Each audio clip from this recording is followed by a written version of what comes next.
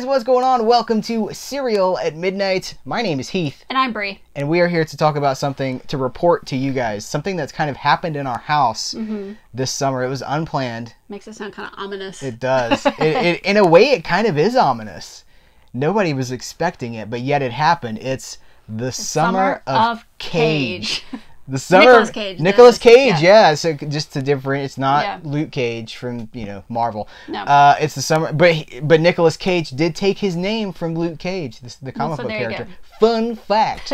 But no, it's just we watched one movie with him, and then as it goes, you start to think back of like, what were other things this person was in? And I remember liking this and this and this. And then you start watching them. And there's a lot that you haven't seen. That's true. I won't say a lot, but there's some that you haven't seen. And there's there's Nicolas Cage movies I haven't watched in like 20-something years. Yeah. And I was like, we were like, let's make it the Summer of Cage. So that's what we're doing. So this is like part 1 or episode 1, chapter 1. I don't know, whatever it was called when you saw it. So we've got 3. We've watched so far 3. 3 so far. Another one tonight, I think. Yeah. But so here's how it started. So I brought home Willys Wonderland. And we watched it as a family, like mini midnight cake. Like she was watching it with us, and I was like, you know what? I was like, that went down pretty smooth. I do like Willys Wonderland. People are gonna be like, well, how do you compare it to the Banana Splits movie? I think it's better than the Banana Splits movie, but I like the Banana Splits movie. The thing that I like about Willys Wonderland, Bree, is that it's a Heath. That's right. Heath. It's secretly a Western. It's secretly a Western. It uses all the tropes of like a big bald spot right there because I haven't combed my hair. So I'm just going to tousle it and we're going to keep going. Yeah. Because I'm casually disheveled. It uses all the tropes of a Western. Nicolas Cage is the man with no name. He wanders into town. Yeah. You don't know anything about him. Don't know his name. Don't know. Is it a spoiler to say that he doesn't, what happened? I'm going to say it. If you don't want to know anything, like, I'm not spoiling the movie for you, but I think this is kind of cool, especially so we're talking about Nicolas Cage, man! He doesn't say a word in the movie. He's completely silent in Willys Wonderland, and I bet that was a big challenge for him, because he does so much with that delivery, it's a very distinct style. Yeah. And I thought... In the behind-the-scenes features of Willys Wonderland, he's talking about how he studied silent performances by like Buster Keaton and is it Harpo Marx, I think, and his lizard and his iguana, his iguana, his pet iguana, and I was like, well, that sounds about right. And here's the thing: there's a whole lot of Nicolas Cage, like. Didn't he win an Oscar for Leaving Las Vegas? I keep looking over here because I'm right here, but the camera's over here. So I'm just, isn't talking to person over there. Guys, didn't he win I think he won an Oscar for Leaving Las Vegas. And of course the comments are now flooded with comments like, oh yes, you did. And you see me just go, because I don't keep up with that. He has done like a lot of good movies. Yeah. We're kind of in an action era where we're watching right now. Yeah. But because we're going in no particular order. No particular, just yeah. Sort of as his as career, the wind blows. As Nicolas Cage would have it, no rhyme or reason. But he's done like a whole bunch of direct to DVD, like he's doing a lot of low budget movies, and it's a huge blind spot for me right now. Yeah. But let's talk about what else we watched. We also watched. Should we start over or should we continue with that? Let's continue. Okay. We also watched Con Air. This was the one that was immediately following. We're like, well, wow. I wanted to show it to you. Yeah, I hadn't seen it. And I've got a project that's related to 1997 that's going to be hitting the channel really soon. And I was just vibing on 97. And so Con Air is the one that, it's a great action movie. It is good. It's great. Yeah, it is. Put the bunny back in the box. That's your go-to. The others have profanity, and I can't say that. I'm not gonna. So what would you go to? Oh, I don't. I've only seen the movie once. How would I know what to go to? She's only seen it once. But what's your take on? Oh, I thought it was excellent. It was very enjoyable. What's your take on Nicolas Cage? Oh, Nicolas Cage. In Con. Well, no, I'm refining another set of questions. He's good. He's good. He's likable. So it's interesting because That's true. You root for him. He's not necessarily the guy in all of his movies. I mean, he likes to play outside the box. You give him the crayons, and he like pulls out his own crayons and starts coloring. Like he likes to do his own thing. But he's super. His oil pastels. He does. Say that. Speak up. They're like, use crayons, and he's like, I brought my oil pastels. I brought my own paints. He's super likable in the movie. He's easy to root for. He plays the action hero in a major, like a Jerry Bruckheimer movie, which is really cool. He's jacked to the nines. Mm-hmm. And when you look back at Con Air, that cast it's phenomenal. It's really. John Malkovich. Yeah. You got Ving Rhames, Steve Buscemi. Yeah. Dave Chappelle's in there. Yeah. Who else? Danny Trejo. Pre-Machete Danny Trejo. I know there's more. I'm sure. It was an all-star cast. That's an all-star cast. So then we followed that up with another 97 movie, the other half of the 97 Cage equation, which is Face Off. Now, I'll tell you, this was my...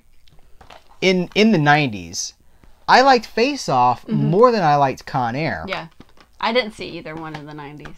You were an academic and you were doing sport. That's true. You were playing sport. Well, and to shed a little light on me, I was also the kind of person that whatever was popular or the hotness at the time, I was like, I'm not doing that.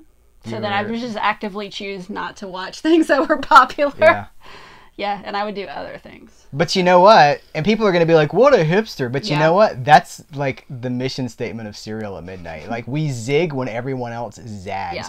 Sometimes we cover popular entertainment, but we deliberately go in another direction because why follow everybody else? You stand out when you do your own thing. It's a life tip, and that's a tip for YouTube, too. If you do what everybody else is doing, you just blend in with the crowd. You got to go the other direction. So I appreciate that, and I'm glad that you were able to catch up with Face Off and Con Air. Yeah. But I liked Face Off a lot more than Con Air, and going back to them now, I'm like, ooh, Face Off has not aged well, you guys. Neither has Mission Impossible 2, for that matter. It's John Woo. It's the John Woo connection. Yeah, it seemed random, but it's John Woo. That style hasn't aged well. Those movies are so long. Face Off is so long. Yeah. It's like 40 minutes too long. And there's just so many shots of people in slow motion. And just like... It was unanimous in our house. It was. That it was too long. It was like we all watched it together. This needed some snipping. Yeah. John Woo needed... And it was fine. It's not a bad movie. We're not trying to say that. It's not a bad movie. It's good. It was just a bit too long. As a John Woo movie, I think it's John Woo probably at the peak of his creative power because, of course, I love those Hong Kong movies. I love like Hard Boiled and The Killer and stuff like that. But you move him to Hollywood and you give him all these huge budgets and these stars and all the birds he needs and wants. And you got a guy who's like, what can he not do? And it's kind of all in the movie because no one's like, John, I don't know. This boat scene's been going on for 10 minutes. But it's... Yeah, it's like that last bit with so much action. And, it's like a 30 minute... I remember when they got in the boats, I was like, now we're in the water. Okay. Like, just when I think like it might be, coming to an end or wrapping up. Nope. It's like a 30-minute action scene at the end of the movie. It's too much. Yeah. Some people might like that, and that's fine. Here's the counter-argument to that. We're going to get back to the cagey element of it as well. Here's the counter-argument to because I do agree with that.